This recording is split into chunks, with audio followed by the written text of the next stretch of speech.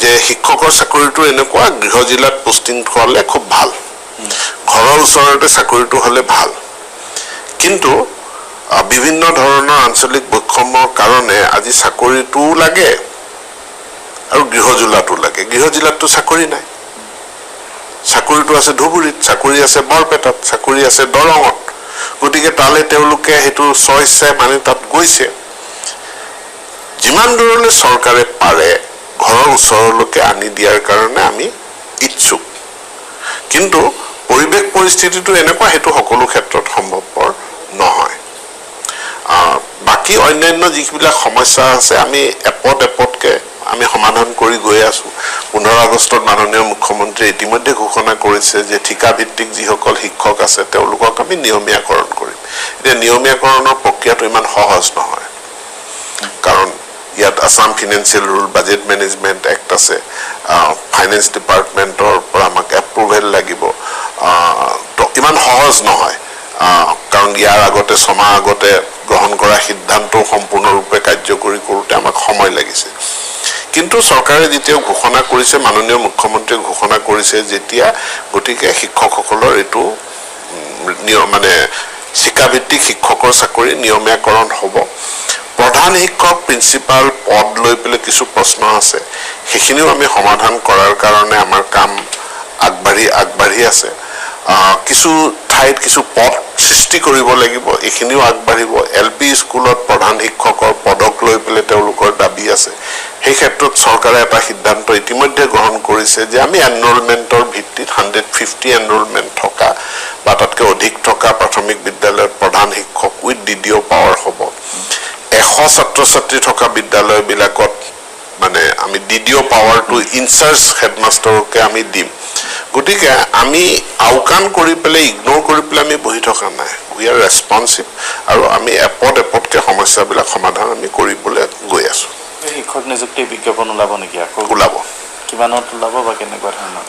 এই মাহৰ শেষৰ ফালে নহ'লে অহা মাহৰ প্ৰথম সপ্তাহত আমাৰ বিজ্ঞাপন প্ৰকাশ পাব, আৰু এই বিজ্ঞাপনত 12,000+, অধিক, আমাৰ ছেকেণ্ডেৰীত 8,000, আমাৰ প্ৰাইমেৰীত 5,000+, মানে 13,000 ওচৰা-ওচৰি।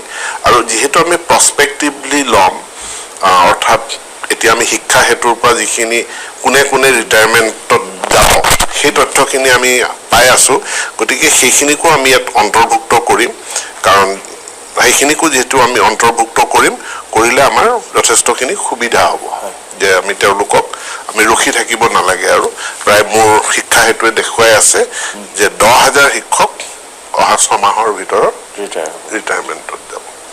এতিয়া অসমৰ শিক্ষাখণ্ডৰ, বিশেষকৈ প্ৰাথমিক শিক্ষাখণ্ডৰ আটাইতকৈ ডাঙৰ সমস্যাটো হ'ল যে এজনীয়া শিক্ষক। এতিয়া অসংখ্য স্কুল এজনীয়া শিক্ষকেৰে চলি আছে, 5টা ক্লাছ বা প্ৰথম শ্ৰেণীৰ পৰা পঞ্চম শ্ৰেণীলৈকে এটা কোঠা, এজনীয়া শিক্ষক। এই সমস্যাটো কেনেধৰণে সমাধান কৰিব? মই কেইদিনমান আগত মিটিং কৰি দেখা যায় যে আমাৰ সামগ্ৰিকভাৱে অসমত আমাৰ PTRটো যথেষ্ট ভাল।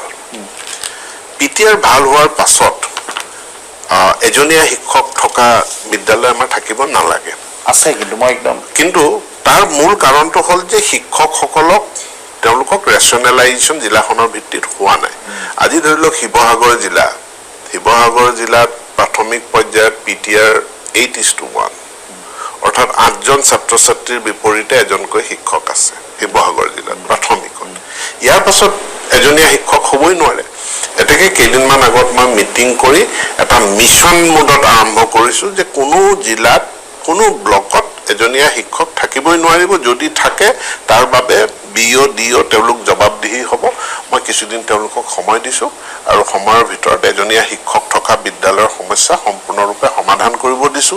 ইয়াৰ লগে লগে যদি প্ৰয়োজন হয় যেতিয়া পোষ্ট ট্ৰান্সশিফটিং কৰা, য'ত বেছি পোষ্ট আছে তাৰ পৰা পোষ্টটোকে উঠাই নিয়া, পদসহ বদলীকৰণৰ ব্যৱস্থাও দিয়া হৈছে।